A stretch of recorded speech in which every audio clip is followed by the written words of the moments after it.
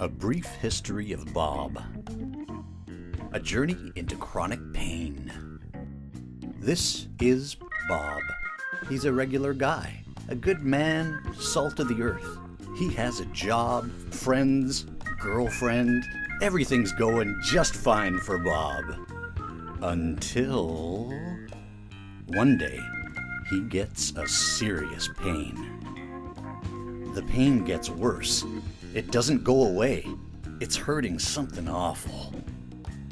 So he goes to his doctor. "Well, Bob," says the doctor, "let's do some tests." Bob goes off to the hospital where he's x-rayed, CAT scanned, and MRI'd. Various fluids and whatnot are taken. Finally, Bob goes back to the doctor for the results. "Good news, Bob," says the doctor. "You don't have cancer." "Yay!" says Bob. "What's the problem then?" he asks. "Well," says the doctor, "we can't see anything physically wrong with you. You seem to have chronic neck pain." We're calling all these conditions chronic pain now. Of course, there's nothing much we can do. "Nothing?" Bob asks weakly. "Nope, you'll just have to live with it." Bob considers his options. After a few days, Bob goes back to the doctor and breaks down in his office. "Well," says the doctor, "we can give you some drugs if the pain's really that severe." Now, Bob's the kind of guy who's never taken an aspirin for anything, but he has to get some relief. So, reluctantly, he delves into the pills.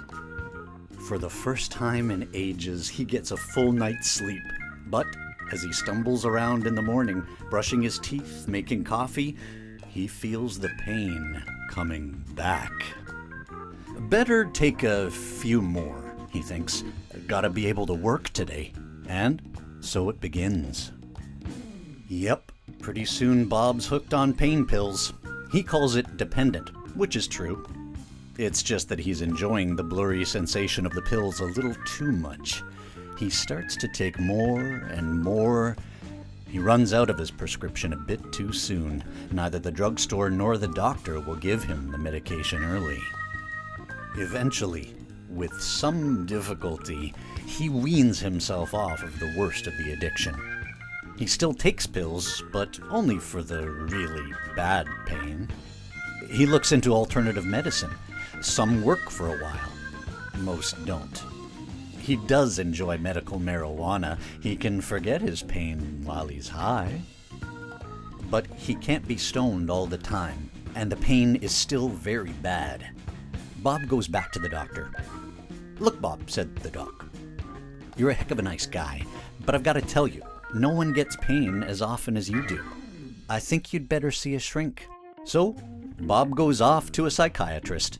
Of course, pretty well everyone could use a good dose of psychoanalysis, and Bob's no exception. After a year of therapy, they've dealt with all his mommy issues.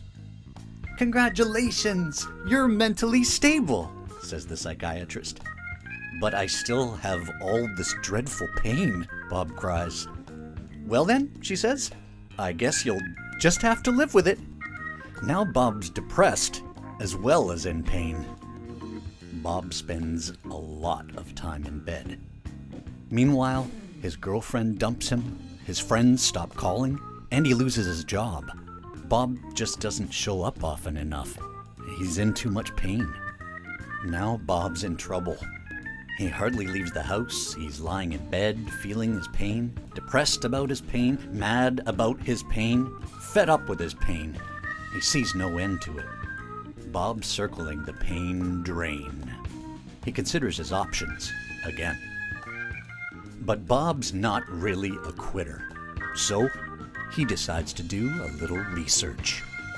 He reads up on chronic neck pain and finds out that 1 in 5 Canadians suffer from some kind of chronic pain.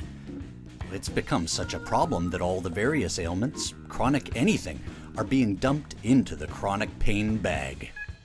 Bob figures some of all these people suffering must be scientists, doctors, and researchers themselves. Seems like they'd be very motivated to figure out chronic pain, and maybe, just maybe, put an end to it. Turns out, people are studying chronic pain all over the world. There's even talk of faulty wiring in the patient's brains. Could someone figure out how to stop the haywire pain receptors from constant triggering? Bob's no scientist, but he can dream. Then one day, Bob sees there's a seminar in his own town on chronic pain. He forces himself to go and learns a bunch of coping skills, how to keep going, how to keep moving in all but the most severe pain. There's real support available to him. For the first time in a long, long time, Bob feels he's not alone in his pain.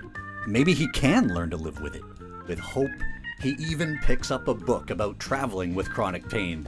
Of course, when he gets home, he thinks it's pretty stupid. How can he travel when half the time he can't get out of bed? But it's full of ideas and hints and help for people just like him. And there are a lot of funny cartoons. So Bob calls a travel agent and books a cruise. How bad can it be if his bed travels with him? He has a great time on the cruise. When he gets back, he starts a home business where he can call his own hours. He's finally honest with a few friends who now get why he can't always show up socially. He even meets a nice woman and they start going out. She has chronic bilgitis, so she understands. The world is opening up for Bob again. Armed with new coping skills, he sees that even with chronic pain, he doesn't have to live the life of a complete invalid. He's cautiously optimistic. Bob knows how to live with it. He just hopes that maybe he won't always have to.